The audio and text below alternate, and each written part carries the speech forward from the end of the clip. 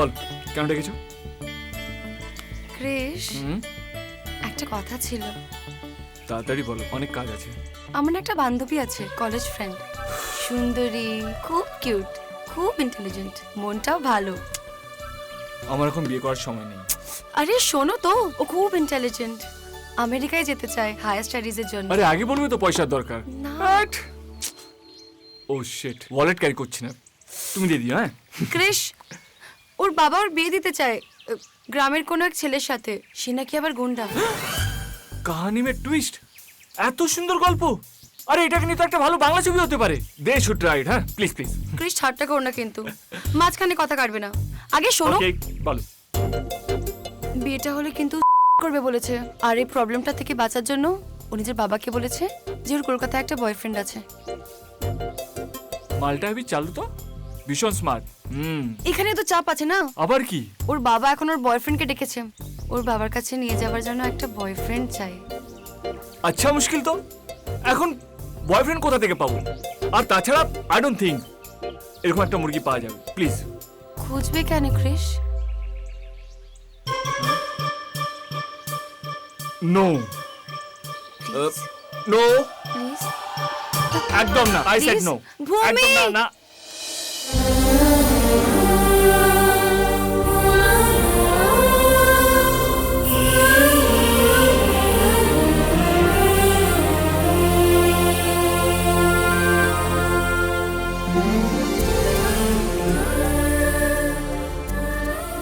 কৃষ, ভূমি, হাত এবার ছাড়তে পারো ক্রিশ? আচ্ছা আমি তো অনেক বাবাকে দেখেছি যারা বয়ফ্রেন্ডকে গুন্ডা পাঠিয়ে কেলায়। তোমার বাবা জামাইকে ডেকে নিয়ে এসে মারবে না তো? তুমি তো ডাইরেক্টলি আমেরিকায় চলে যেতে পারো। আসলে ও নিজের বাবাকে কষ্ট দিতে চায় না। বাহ, গল্পটা বেশ ভালো তো।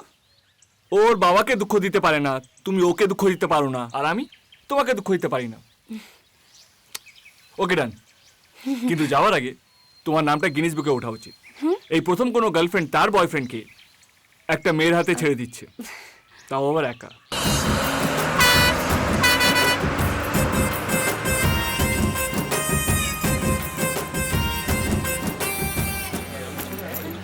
আমার ফিউচারটা এই বাসের মতোই নড়বড়ে। আচ্ছা তোমরা ক ভাই বোন? আমি একা। আসলে আমার বাড়িতে আরো 20 জন আছে, আমরা জয়েন্ট ফ্যামিলি।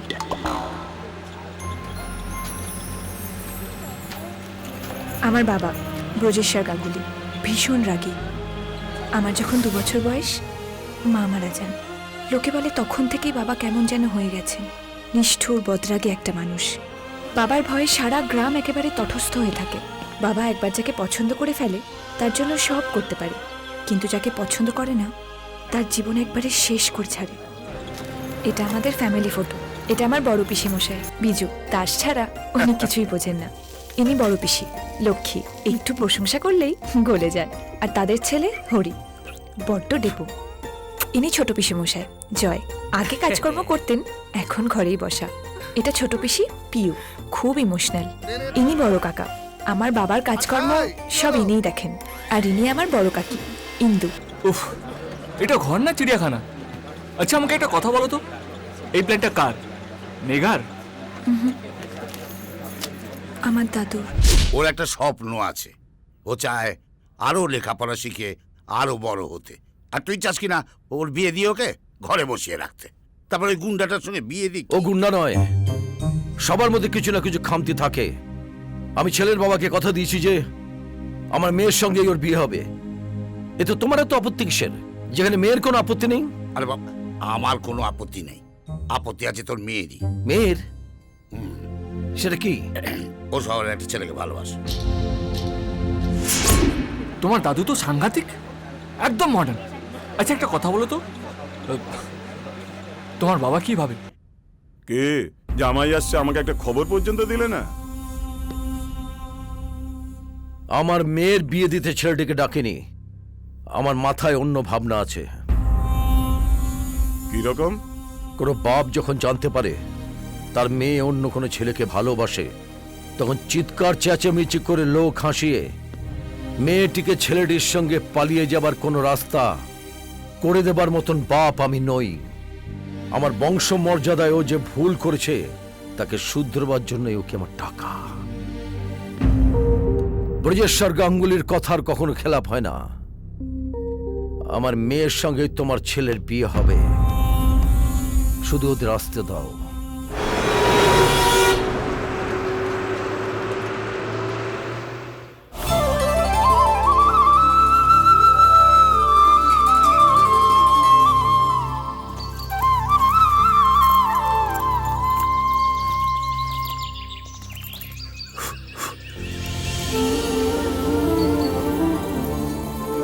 বৃন্দাবন, বাহ, ভালো নামটা তো।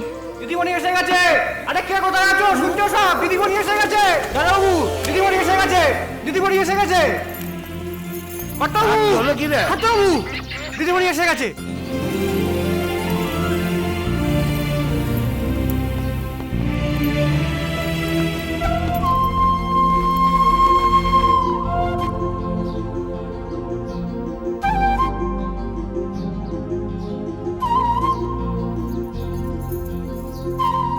তুমি ইন্দু কাকি, রাইট?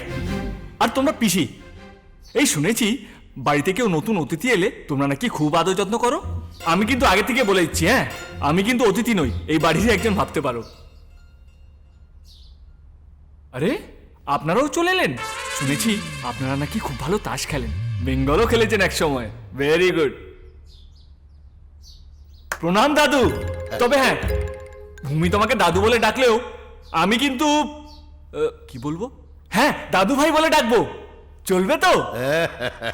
ওই আমি হরি, আমার পাল্লায় যারা পড়ে না সব হড়কে যায়।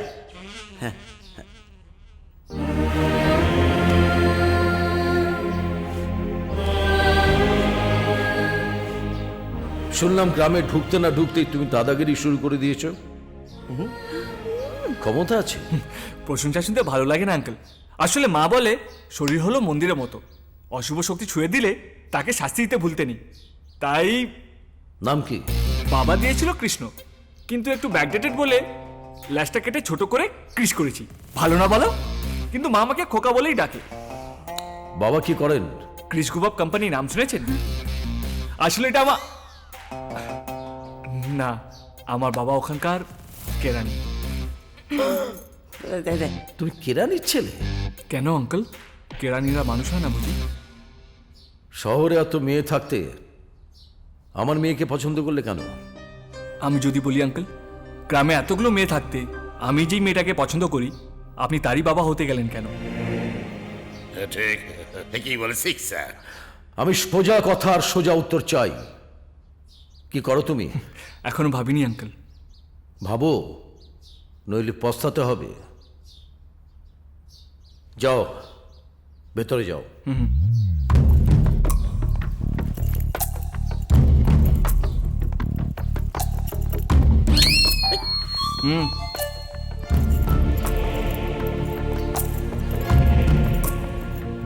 এইদিকে ক্রিস।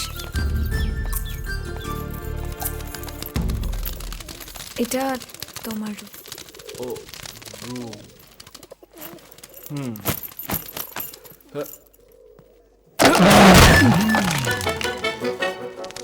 ঘর না বলে কেউ গোদাম ঘর বললে বেশি ভালো হতো। বাই দ্য ওয়ে, তোমার বাবাকে দেখেই বুঝে গেছিলাম যে উনি আমাকে খুব আদর যত্ন করেই রাখবেন। আমি জানি বাবা তোমাকে খুব কড়া কড়া কথা শুনিয়েছে। প্লিজ তুমি কিছু মনে করো না, I am very sorry. No problem. আসার আগেই জানতাম তোমার বাবা আমাকে কোলে বসিয়ে জামাই ষষ্ঠীর খাওয়াবে না। সরি কিসের? আমি কি তোমার বয়ফ্রেন্ড নাকি যে তুমি আমাকে সরি বলছো? খাটটা একটু শক্ত, সয়ে যাও। যাকে বাড়ির সবারই সঙ্গে দেখা হলো, কিন্তু উনি কোথায়? কার কথা বলছো? আরে যার হালুয়া টাইট করার জন্য আমি এখানে এসেছি, তোমার হবু বর।